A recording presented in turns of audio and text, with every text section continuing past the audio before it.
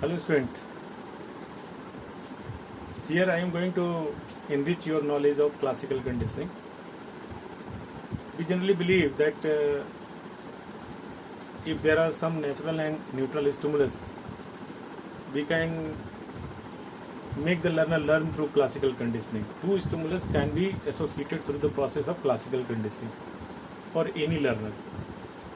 But after a series of research, one important researcher whose name was John Gracia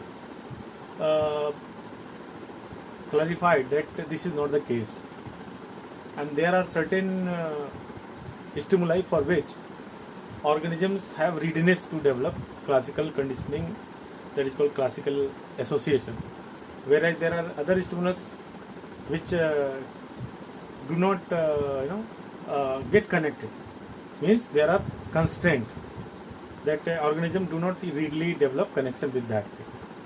So in order to make this thing very clear, I am going to tell you the research study. Garcia took two group of rats,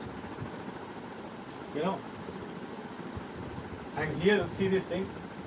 Group A, he allowed group A to lick taste sweet water, sweetened with saccharine, मीठा होता है ना.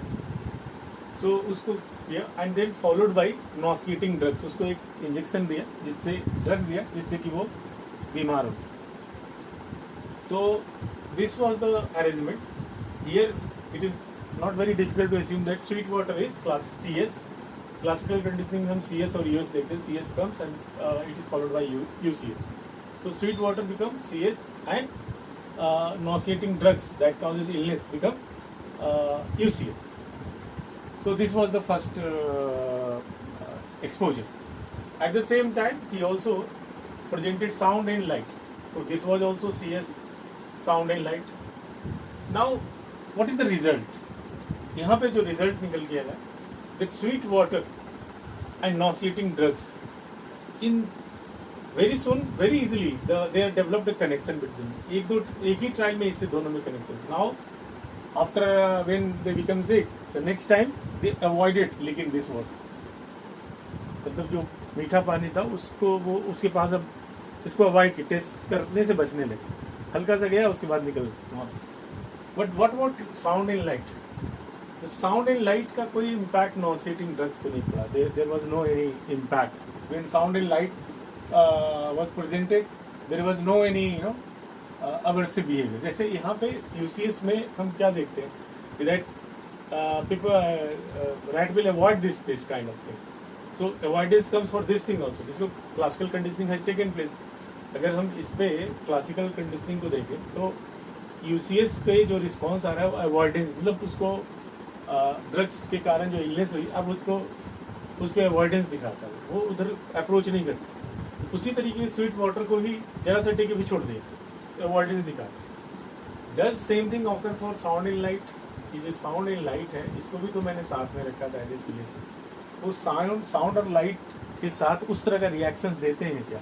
This is the question. There was no any such reaction present. यानी sound and light से nauseating drugs का कोई connection develop नहीं होता.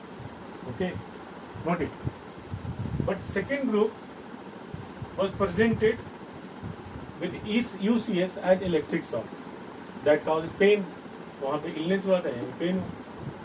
यानी sweet water भी दिया गया, sound and light भी दिया गया. Same CS same है. Then what was the result here?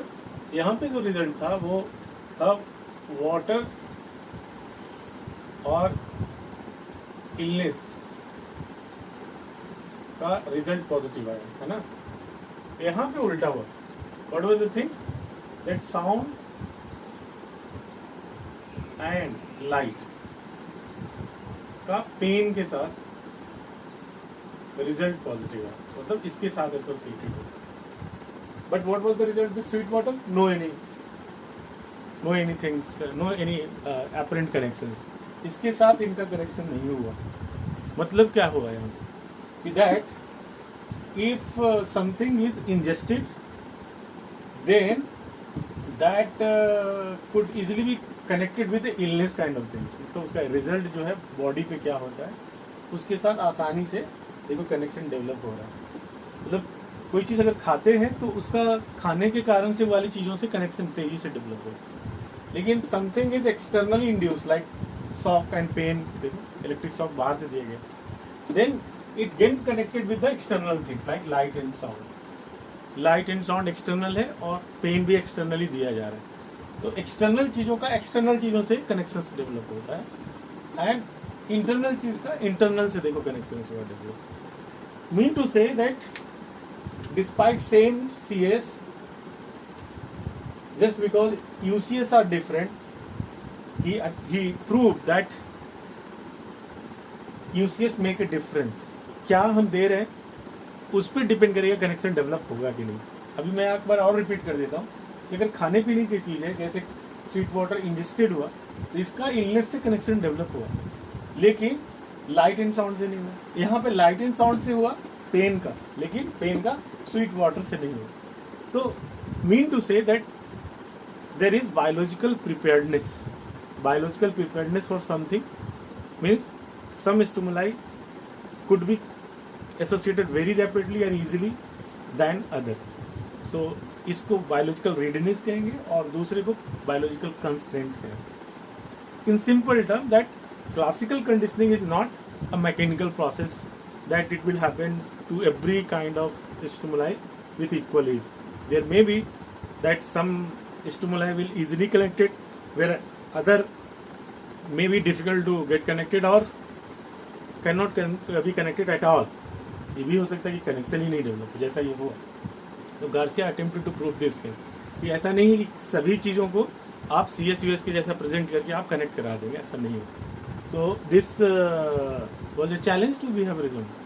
Behaviourism क्या कहता है कि आप बस मैकेनिकल तरीके से लर्निंग होती है, there is no role internal things and all, but this studies prove that yes, there is some role of internal things also. So I hope you have understood the Garcia effect and you will make use of this thing in the context of classical conditioning on overall behavioral schools, है ना। उसको आपको enrich करने में, बताने में कि ऐसा behavioral के बारे में जो 1911 और 5 में जो situation था इवान पावलोव के साथ, the same is not like that. Now we have enriched knowledge of classical conditioning, that what is the scope and what is the limitation of this thing. Thank you for watching this video.